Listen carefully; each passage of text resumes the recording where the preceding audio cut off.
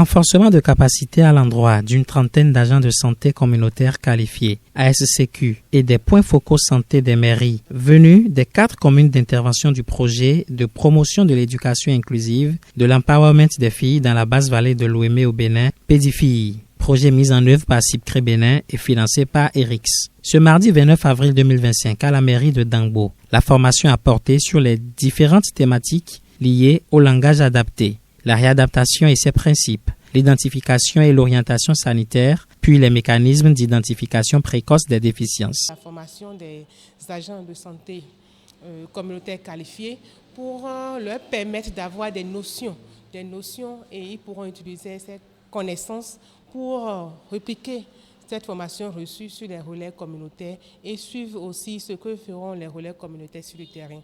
Aujourd'hui, ils ont eu des communications, des travaux, des échanges sur ce que c'est que le handicap, parce que tout le monde ne comprend pas encore c'est quoi le handicap. La différence entre handicap et déficience, c'est quoi l'inclusion et quelle est l'importance de l'inclusion sociale et de l'inclusion scolaire.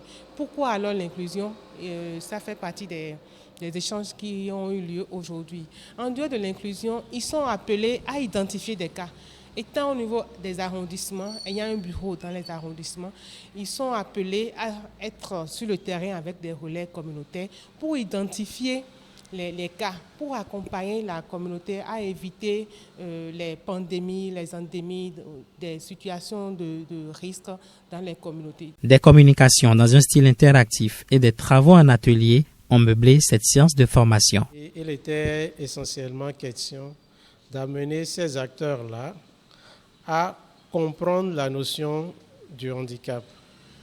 Et en fait, c'est d'autant plus essentiel que lorsque vous n'avez pas une bonne compréhension du handicap, vous orientez mal les personnes handicapées. Or, ces acteurs-là, ils ont à travailler à orienter les personnes handicapées qu'ils rencontreraient dans leur environnement.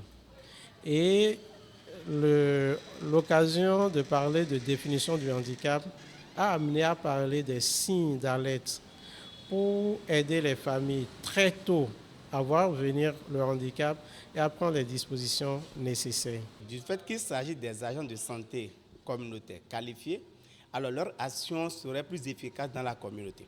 Raison pour laquelle nous avons mis un peu plus l'accent sur cette phase de la réadaptation qui se passe plus dans la communauté et donc la réadaptation à base communautaire où ils ont réellement beaucoup de choses à apporter donc, à la communauté. Il est vrai que leur action est plus centrée sur la sensibilisation et les préventions, mais également au moment où ils vont quand même tomber sur des cas des enfants handicapés ou bien des cas de personnes handicapées. Qu'est-ce qu'ils pourront faire? Quelle serait donc leur réaction? Quel serait le réflexe qu'ils pourraient avoir? Des initiatives ont été proposées par les participants qui ont élaboré un plan de travail.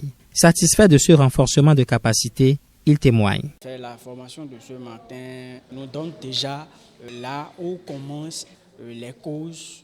Et on peut parler comme cause, on a parlé de causes personnelles, c'est-à-dire les facteurs personnels et les causes environnementales.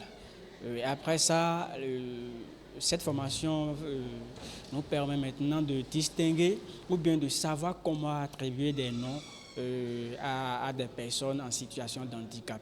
Ce matin, on a été invité à la formation qui se passe très bien d'ailleurs et qui met plus l'accent sur les handicapés. Il y avait des activités qu'on créait à part pour eux, ce qui n'est pas bien. L'essentiel maintenant, c'est de les mettre avec nous pour qu'ils puissent participer aussi. Je pense qu'après cette formation, quand nous irons en communauté, nous devons aider les gens qui sont en situation de handicap à s'intégrer à leur communauté, surtout dans les écoles où on voit qu'il y a des stigmatisations, où on met les enfants qui ont des handicaps à part, on doit les aider à s'insérer au milieu des autres enfants. Cette formation vient à point nommé rendre un peu plus clair les quelques notions que nous avions déjà de ce que c'est que le handicap et tout ce qui va avec. Bien d'autres activités de formation et de renforcement de capacités sont prévues par le projet Pédifilles, exécuté par CIPCRE Bénin grâce à l'appui technique et financier de son partenaire ERIX. Le projet Pédifilles qui sera implémenté jusqu'en décembre 2027.